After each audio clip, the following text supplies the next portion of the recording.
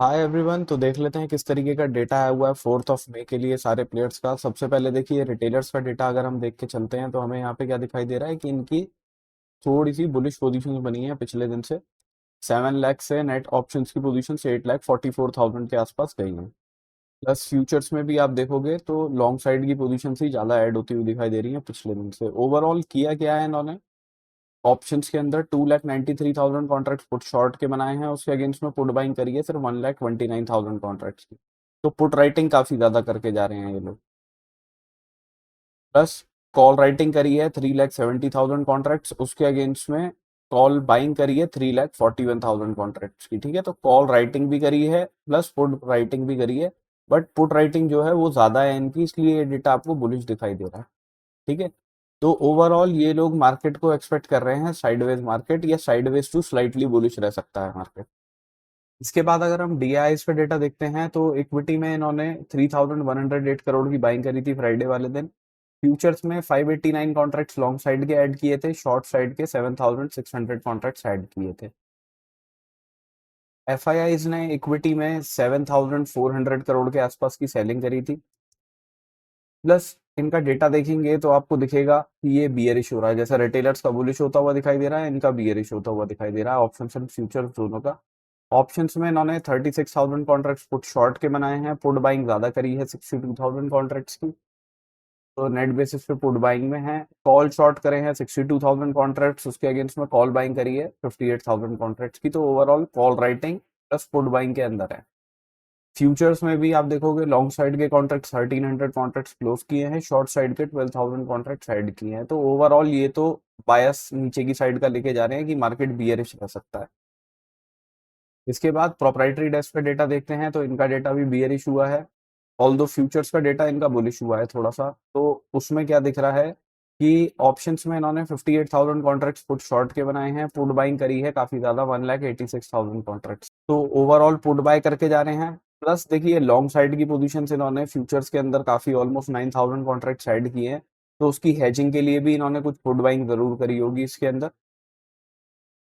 Plus call short करे हैं 1,33,000 contracts, उसके अगेंस्ट में कॉल बाइंग करी है 1,69,000 कॉन्ट्रैक्ट्स की। तो ओवरऑल लॉन्ग स्ट्रेडल के अंदर है, लेकिन पुट बाइंग जो है वो ज्यादा हैवी है उसके अंदर। तो इनका बायस थोड़ा नेगेटिव साइड का है कि मार्केट जा सकता है नीचे की साइड में।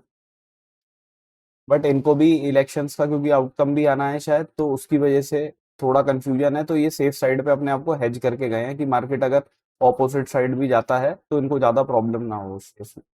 इसके बाद हम निफ्टी की ऑप्शन चेन देख के चलते हैं। पीसीआर 0.87 पे चल रहा है, तो बियरिश टेरिटरी में है।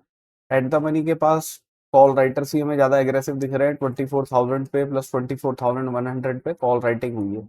तो अब मार्केट अगर 24,100 वगैरह के ऊपर निकलना शुरू करता है ना, तो ये इन द मनी के अंदर भी काफी एग्रेसिव कॉल राइटिंग वगैरह है, तो ये लोग ट्रैप होंगे उस केस में।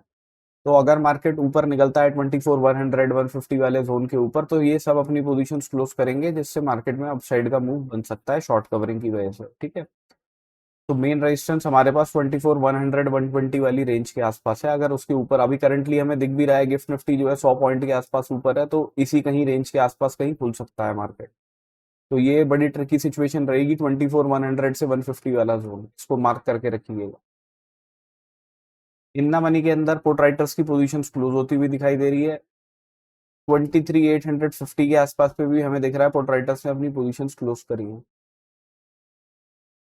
मेन पोजीशन 23,800 वाली जगह पे बनी हुई है, तो यही लेवल नीचे की साइड में मार्केट के लिए सपोर्ट का काम करेगा। तो मार्केट अगर 24,000 वाले लेवल के आसपास जो क्लोजिंग आई है हमारी, अगर इनके नीचे चलता है तो नेक्स्ट सपोर्ट मार्केट को 800 के आसपास मिल सकता है, 800 850 जोन के पास।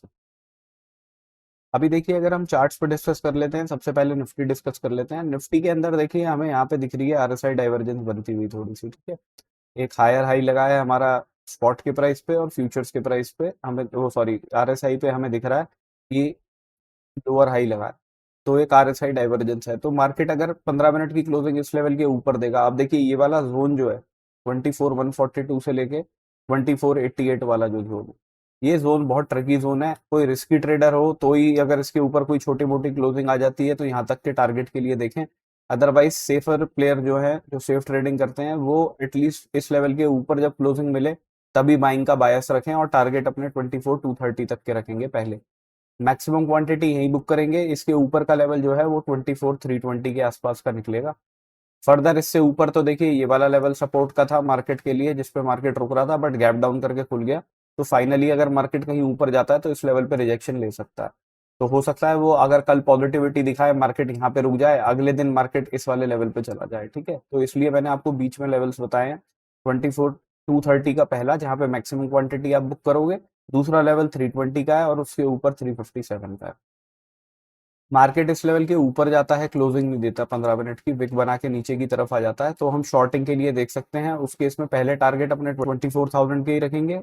फर्दर देखिए इन लेवल्स का ब्रेकडाउन आता है, तो नीचे का लेवल जो है वो 23,873 का है, बिकॉज मैंने आपको बताया 850 के आसपास मार्केट को सपोर्ट मिल सकता है। इन लेवल्स का भी अगर ब्रेकडाउन आता है तो तीसरा लेवल नीचे का 23,780। सेंसेक्स डिस्कस कर लेते हैं, तो देखिए ऑलमोस्ट सिमिलर चार्ट बनता है जैसा निफ्टी का चार्ट बनता है, तो इसमें भी हमें दिख रहा है कि ऊपर आरएसआई डाइवर्जेंस एक दिख रही है। अगर मार्केट इस जोन को अवॉइड कर दीजिएगा, क्योंकि जोन भी बहुत बड़ा नहीं है, 77,251 से लेके 405 का है, 150 पॉइंट का जोन है। अगर 405 के ऊपर 15 मिनट की क्लोजिंग आती है तो बाइंग के लिए देखेंगे टारगेट 77,683 के पहले, और दूसरे टारगेट्स अपने रखेंगे 77,900 तक के, ठीक है। उसके ऊपर का जो लेवल है फिर वो ये हटा देता हूँ मैं, ये कंफ्यूजन क्रिएट करेगा, इस लेवल को हटा दीजिए, यहाँ से यही लेवल रहेगा आपका टारगेट, उसके बाद वाला ये गैप वाला जोन जो है, तो 78,180 के आसपास का लेवल रहेगा आपका, अगर मार्केट इस लेवल के ऊपर जाता है, ऑलमोस्ट 77,900 के ऊपर। तो ये 3 लेवल रहेंगे ऊपर की साइड के, इनको मार्क कर लीजिएगा। नीचे की साइड में देखिए अगर यहाँ ऊपर जाके कहीं पे मार्केट रिजेक्शन ही ले लेता है ना, क्लोजिंग नहीं देता, या इस लेवल के ऊपर क्लोजिंग देता है और उसके बाद रेड कैंडल बना देता है, तो भी चांसेस यही है कि आपको यहाँ पे एक आरएसआई डाइवर्जेंस कंटिन्यूएशन में दिखे। तो उस रेड कैंडल के बाद में आप शॉर्टिंग के लिए देख सकते हो, जिसमें टारगेट 76,908 के रहेंगे, दूसरे टारगेट 76,679 के रहेंगे हमारे। फर्दर नीचे की साइड का लेवल जो है वो 76,409 का है। अपने लोस के नीचे भी निकल जाता है मार्केट, तो इसके नीचे का लेवल इसका 75,856 का है, वो मार्क कर लीजिएगा।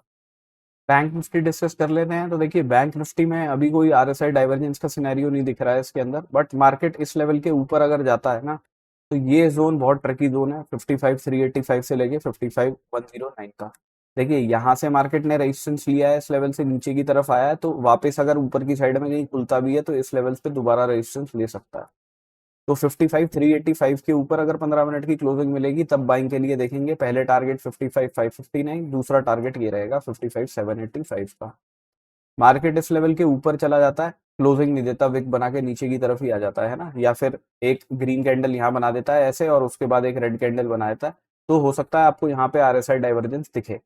अगर आरएसआई डाइवर्जेंस दिखती है आपको, तो शॉर्टिंग के लिए देख लीजिएगा, पहले टारगेट्स तो यही रहेंगे अपने 54,800 के, मैक्सिमम क्वांटिटी यहीं बुक करेंगे, इसके बाद का लेवल है 54,625 का, और उसके नीचे का लेवल है 54,378 का। तो ये 3 लेवल नीचे की साइड के हो जाएंगे, पहला यहाँ, दूसरा ये, तीसरा ये। फर्दर नीचे का एक लेवल आपको देखना है तो ये देख लीजिएगा 54,146 का।